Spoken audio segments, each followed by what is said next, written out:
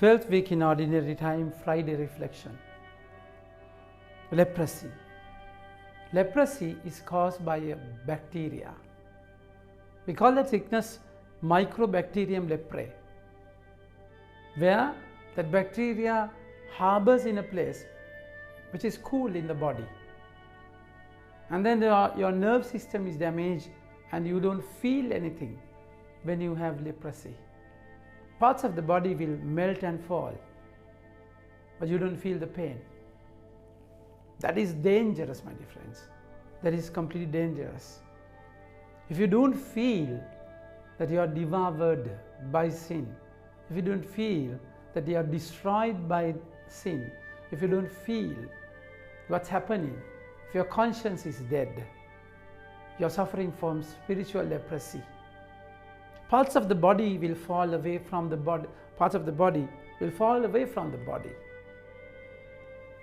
They get disconnected, my dear friends. This is exactly what would happen with sin. You are disconnected from Christ, the head of the body, and we all are the parts of the body, isn't it? So once you are disconnected, you lose meaning. You lose meaning. So that's how we find the first reading, the 9th year of the 8th reign of Zedekiah, the 10th month, on the 10th day of month, Nebuchadnezzar king Babylon came with all his army against Jerusalem and laid siege to it. And they built siege works all around it. So the city was designed till the month. City was besieged till the 11th year of the king Zedekiah. On the 9th day of the 4th month, the famine was so severe on the city that there was no food for the people of the land.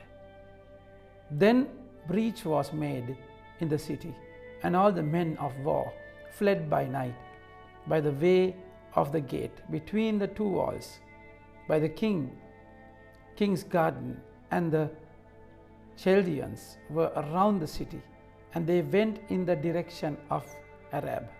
My dear friends, ultimately they completely destroys the land, city, Jerusalem.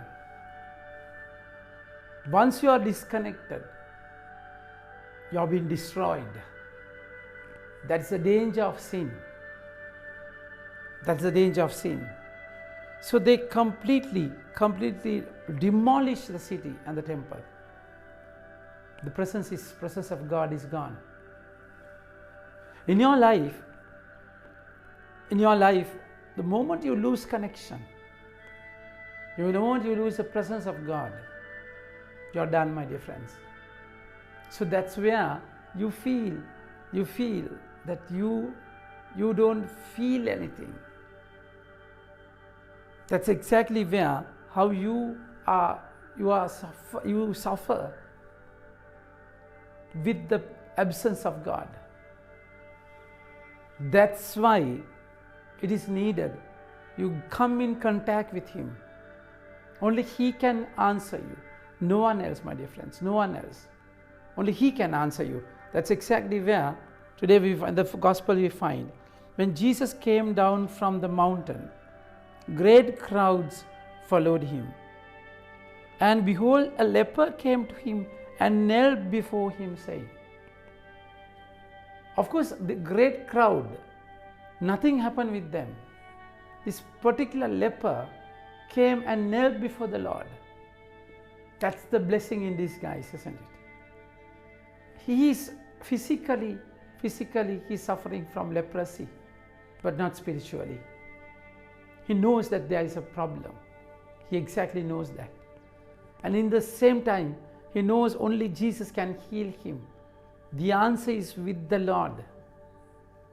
So he is active and alive in his spirit. So that's how that sickness made him kneel before the Lord. All the crowd, they were just going in the current. That's this particular man Of course, they are not allowed to come to the society. They should be away from them. But then this particular man simply came to the Lord and knelt before him. Sometimes your problem is a sermon. When no one gives you anything, the prodigal son, he came to the census where it showed how Father loved even the servants. That's the way. And then what happened? Lord, if you will, you can make me clean. See this sentence. It's exactly the prayer which Jesus made in Gethsemane. He said, Father, everything is possible for you. Now he believes, only he can cure me. He exactly knew he's the answer. For Jesus said, Father, everything is possible for me, for you. Take this cup away from me. If you will, you can make me heal.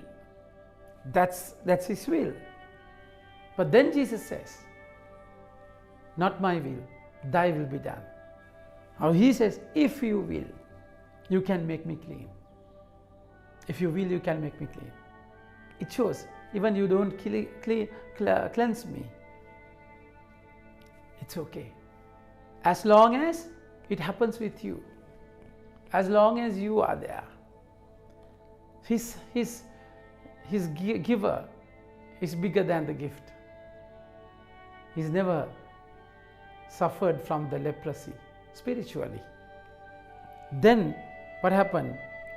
So what a trust he had. He simply believed that God can do this.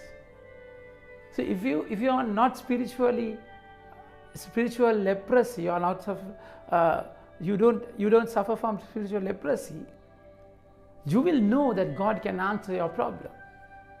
You will know that only He is the answer, no one else. So I don't loaf around people begging for answers, begging for things. No, never. So he exactly knew He is the answer. Lord, if you will, you can. This is important in your journey. So if you are facing a problem, hazard, a stumbling block, do you believe that God, it's nothing for your God? It's nothing. You still believe. And then, this is what I want. But if you will, this is a complete prayer, my dear friends. Complete prayer. Then Jesus says, and immediately his leprosy was, and if you will, you can make me clean. And Jesus stretched out his hand and touched him. It's a very bold move where a guru, a rabbi can never touch a leper. Then he becomes unclean. So they had to go to the temple and cleanse themselves for 1 week. Now, see, Jesus is the temple. He is the living temple. He is the presence of God. So how can he be unclean? He came to cleanse the world. He came to pay the ransom and free you and me. That's how he touched him. He touched him and said, I will be clean. That's the exact very reason he came to the world. And immediately his leprosy was cleansed. And Jesus said to him, see that you say nothing to anyone, but go, show yourself to the priest and offer gifts that Moses commanded for proof of them. That's how a priest normally condemns the man, and after the exile, that man should come, after that quarantine, man should come to that particular priest and get the proof. So Jesus is allowing him to go through the same procedure. It's important. Otherwise he could have died in pride. Pride is dangerous than leprosy. So he was free. He was free. Jesus says, no, don't tell anyone. Don't tell anyone. Because it's important. to keep this secret as a secret. Think about it. Think about your own leprosy and ask the Lord to heal you immediately. Amen. May God bless you.